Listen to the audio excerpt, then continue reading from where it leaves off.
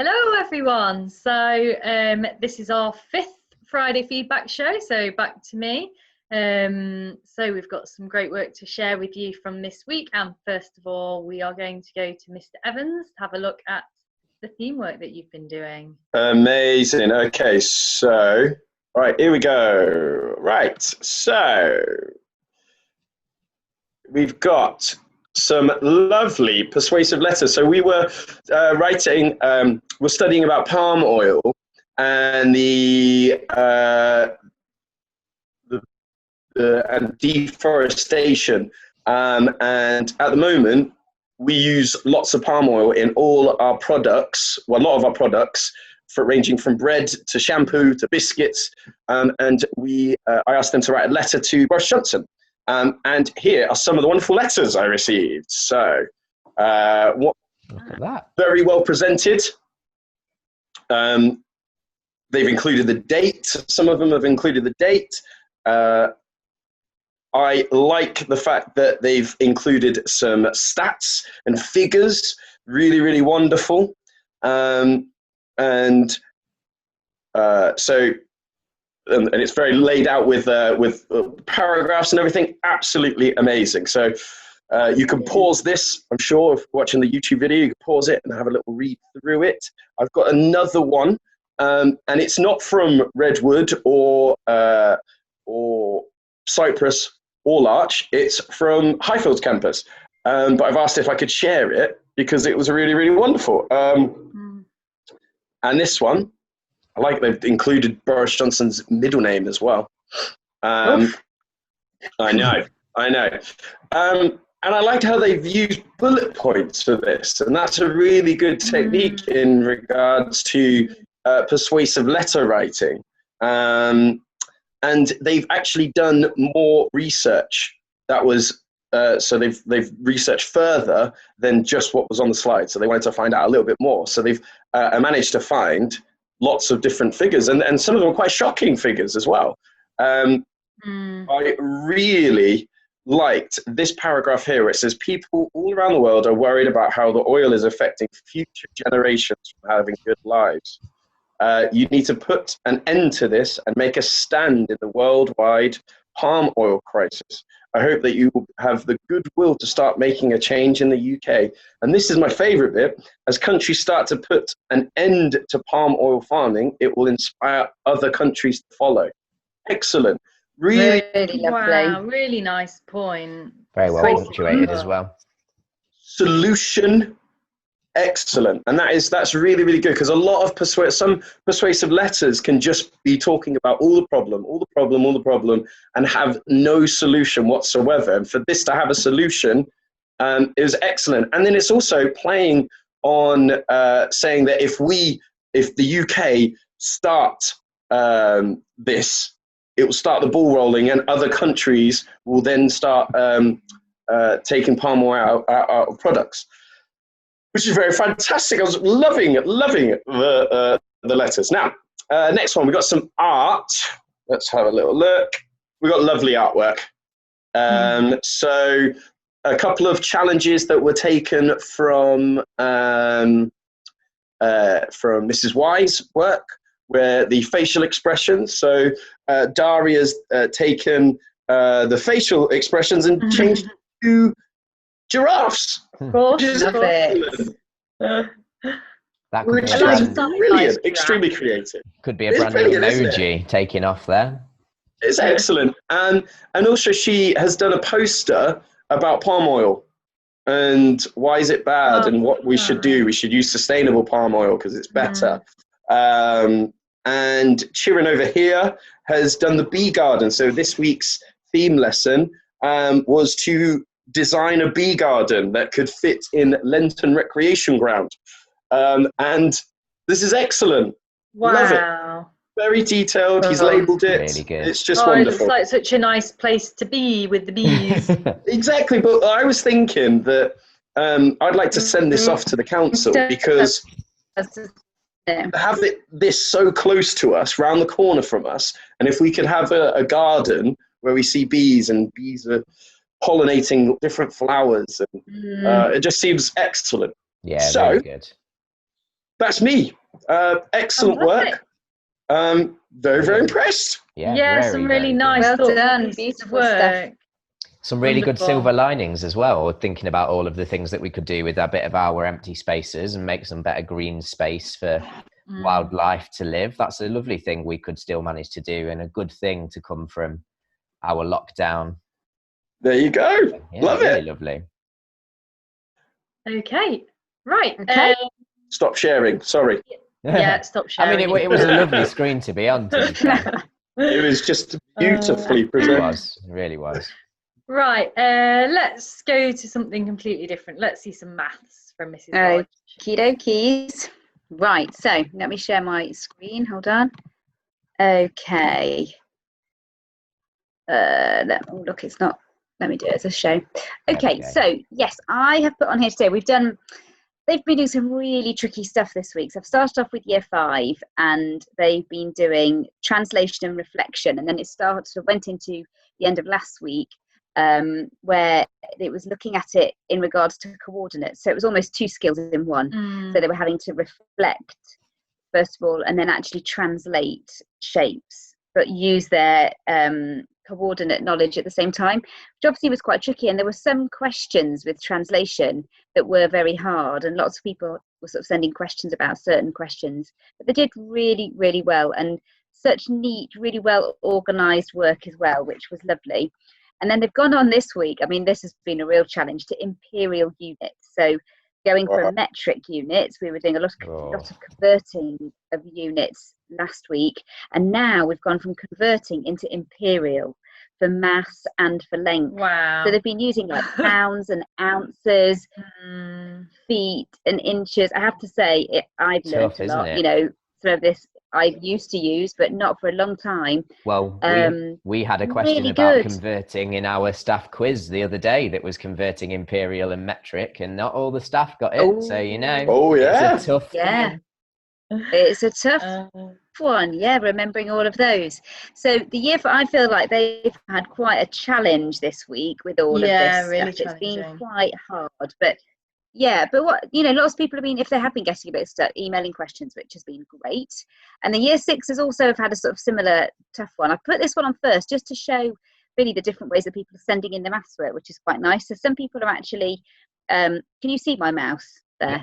I don't know if you can see it or not. Yeah. Maybe not. So there's one here with the challenge. These are like the Friday challenges that they have to do.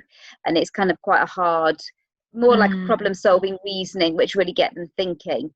And this person here has managed to do it where they've managed to actually write on the screen.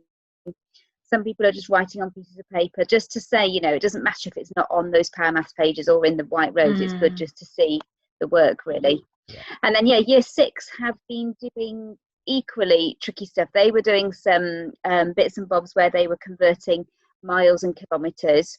And then they've gone on to lots of area and perimeter, but of all sorts of different shapes. So they've been doing triangles, they've been doing parallelograms, they've been doing, hard old things. And again, lots of good stuff coming in. And it's really nice as well that people are now starting to actually mark their work before they send it in, which makes things really good. Just really, really good stuff, and people kind of like some really challenging, tricky things for them to be doing. Really, so it's so impressive to see that. Nice to see the sometimes, and actually to have it without statements. They're always good. Yes, and I think as well, a lot of these things really, without having somebody there to teach it in front of them, they're doing ever such a good job. The year 5s have got my videos, and then the year 6s have got the white rose ones, which are good, but just to have that conversation's hard. So I think they're doing really, really well.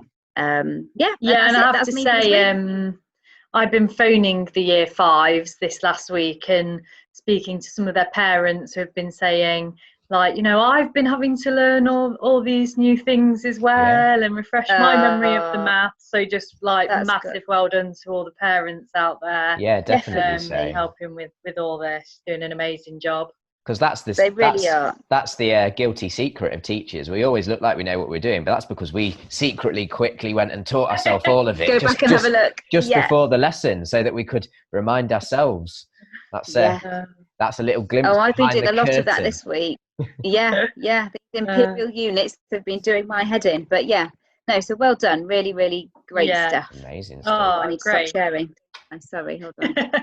No, I've lost my cursor. There we go. Oh no. Okay, there we go. That's it. That's me. Right. I'm stuff. going to come to me next. So Ooh. I'm going to share some writing that I've had this week. Maybe. She says optimistically. Right. Sorry. Here we All go. right. Okay. So the first thing I'm going to show. Okay, I'll show you this since it's on this. Can you Yeah, see you that? can see that one. Yeah. Dear Diary. Is a bit of creative writing that the children did this week. So it's not something that they've spent ages planning. I just wanted to see that they've really understood the model text and that they've had a go at just a bit of that creative, immediate writing. And the two diaries I'm going to share with you, I loved the vocabulary that they used, and I loved how much I could see they'd thought about how the characters felt in the model text. So this one is from Chirim, and I'm just going to read this first paragraph to give you a bit of a taster, or the second paragraph. It was in the early hours of the morning when Dwayne and I woke up and came out of the bungalow to get sun-kissed. Suddenly something bright and transparent glowed in our eyes. Dwayne picked it up, and you know what? There was a map with very clumsy handwriting. It was an ancient one with the edges torn off that can lead us to a treasure. I was so excited that Dwayne felt shivers of fear running through his spine as he feared what would happen. But I held his arm as tight as possible and did not even care for his sighs and arguments. It was thrilling that we were on an adventurous and exciting expedition. Oh, that's Amazing. great. Yeah. Wow. So just the language, the understanding of the text. Loved Really it. good. It's got my favourite piece of incredibly obscure punctuation in there as well. So when you put a question mark and an exclamation mark together, it's called an interrobang.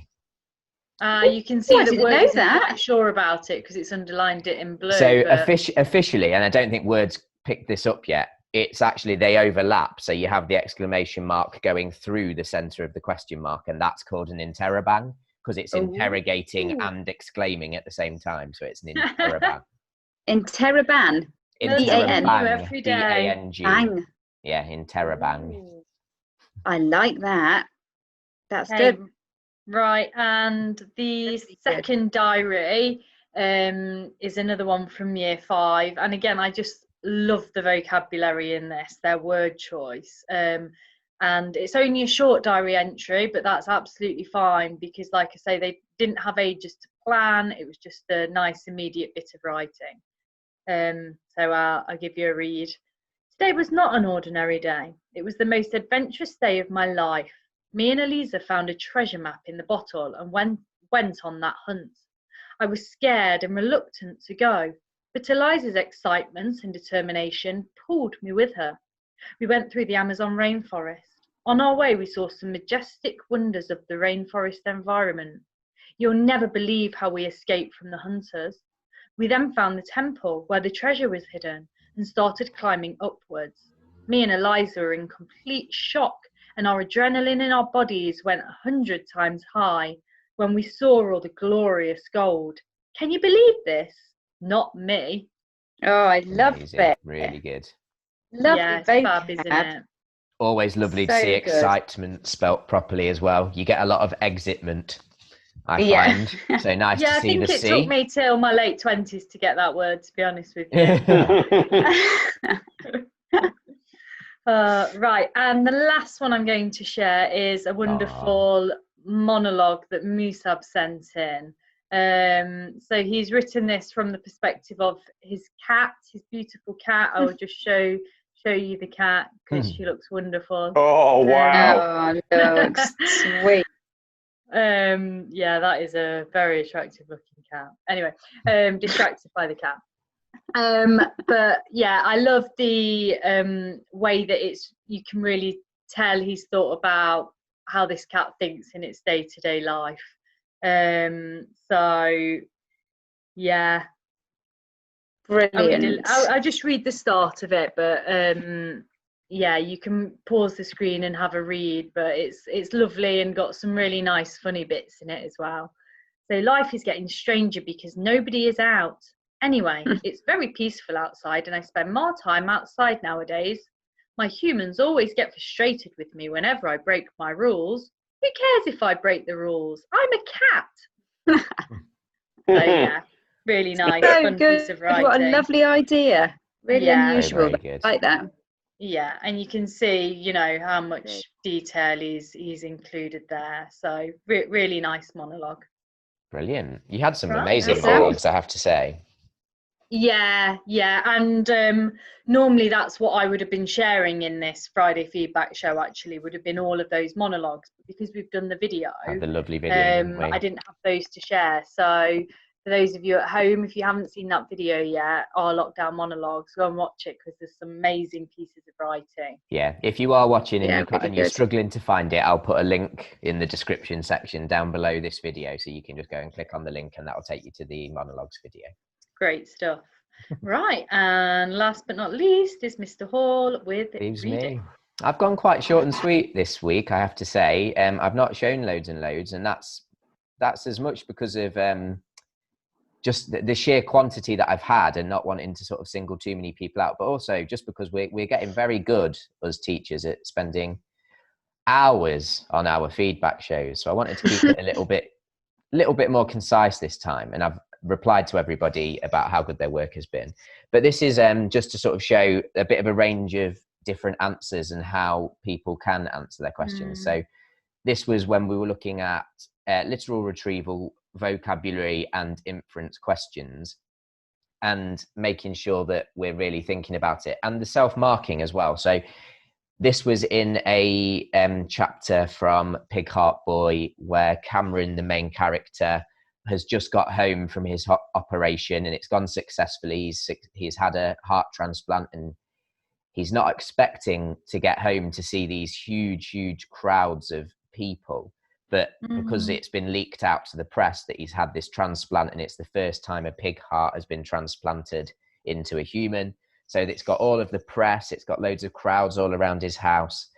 And it's quite an interesting one to think about how he might be feeling. So as you can see, there were 9 questions and this young man has got all 9 absolutely spot on and answered them really clearly. So it was just lovely to get them engaging with that book. And it is quite a challenging text at times. It's a very adult, sort of mature, young adult kind of text. Very good for our sort of year groups, those 5 and 6 year groups, starting to think about secondary school and going on to much more challenging texts. So they've done a really good job of interacting with it.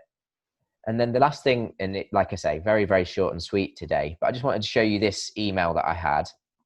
And this was from, I'm trying to move your pictures to somewhere that means everyone else can see this on their screen. So this is just a quick email that I had from Musab, who at first wasn't a massive fan of the text and wasn't sure whether or not he was liking it, but he's got really into it now, and it was just lovely to have this correspondence. So he just put, "Hi Mr. Hall, I watch Mallory Blackman on the Great British Menu because the theme is children's books and they are inviting the authors on. I'm happy that I know how she looks now because she is a famous author. Also, we are doing a book that she wrote and I was happy to see her." So excellent. Yeah, that's lovely. It was just really nice to be getting some correspondence. And I think we always show all the work, but actually, and I know you lot all feel the same, sometimes it's just lovely to hear from the kids and just hear what they're up to as well, because in school, not everything we do and not everything we talk to the children about, it's not all work all the time. Like, it's nice to talk to them, see how they're getting on, see what they're thinking, how they're feeling, if there's a new thing that they've got into. It's just, and I miss those conversations so much. So really lovely just to sometimes get an email that's not about work and just saying, "Oh, I've been doing this and I've really liked it. What have you been doing?" and stuff like that. Just those conversations. So I thought I'd showcase that a little bit in this feedback. This time. Oh, fantastic. Well, I think we've succeeded because Zoom hasn't cut us off. So we actually get to do a proper ending to our Friday feedback show. So well done year 5 and 6, impressing us endlessly. Keep the work coming in, and we'll see you in a few more weeks with more of your fabulous work. Bye. Bye. Bye.